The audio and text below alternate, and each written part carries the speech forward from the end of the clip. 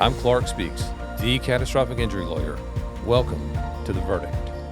I mean, so the idea that people are just getting huge sums of money for tiny injuries is patently false. It's just not true.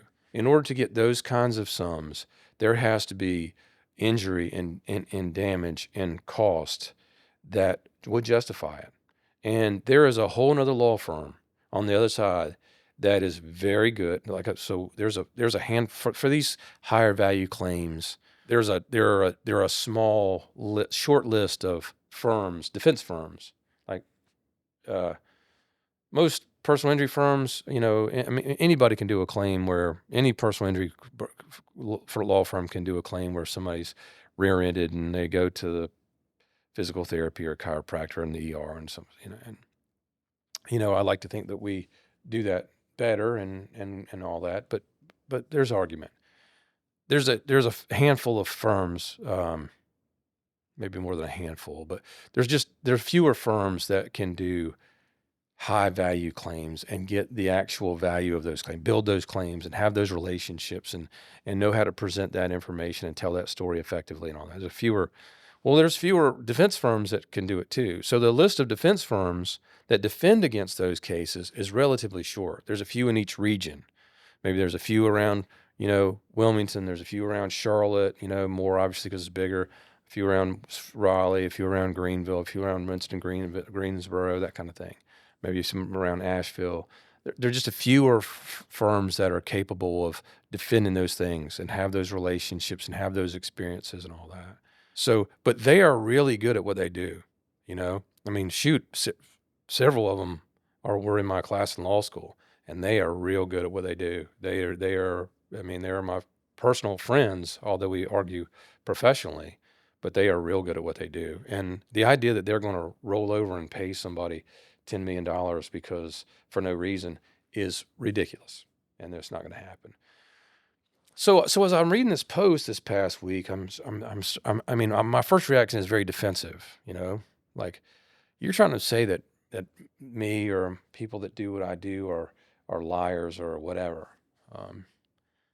and I find that offensive. And I start reading this post by my buddy in Atlanta. My buddy's Raya Greathouse, phenomenal lawyer, very, very, very good lawyer. Has a background in criminal defense like me, and is just a very good lawyer and a good person.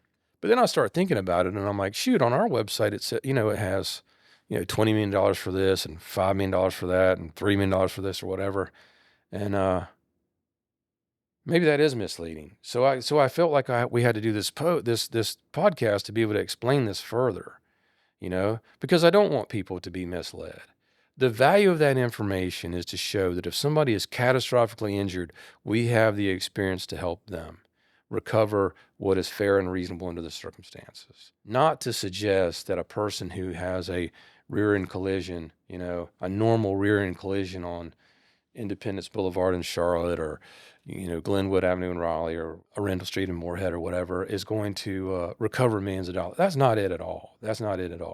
But it is important to know that there are a few firms that are capable when people are really seriously injured. We've talked to 2 people in the past 7 days that have been run over by giant commercial delivery trucks and lost limbs, so we're still in the investigative stage of those cases.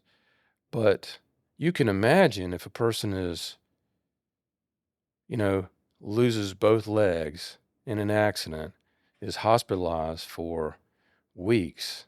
I mean, if you go to the hospital for 2 hours, what's it cost? $8,000. If you're in the hospital for 6 weeks or for 8, or more than that, the medical, and I can't influence that. Like, it's not like I can negotiate that. I can't go to the hospital and say, hey, this bill is $500,000. It should only be $200,000. They're going to be like, I don't care. There's nobody. I don't even know who you would talk to about that. Now we can try to negotiate bills at the end, and we do. But, in order for it to be a high value claim, there has to, and you see that, and you see it on my website or a billboard or whatever. I don't want people to look at that and go, "Wow, that person just won the lottery." They can do anything they want to do now. They can go to take a trip or buy a house or a boat or whatever. That's not right, and it's not right for me to suggest that that's what's going on, because that's not right. What you would not trade places. I promise you would not. We have the ones that we have identified on our list or anywhere else. You would not trade places with those people and go through what they've been through, because it is it is no fun, and a lot, and for those kinds of cases, it is life changing. Thanks for joining us. Don't forget to subscribe and follow us to stay up to date with our weekly episodes. We'll see you next time.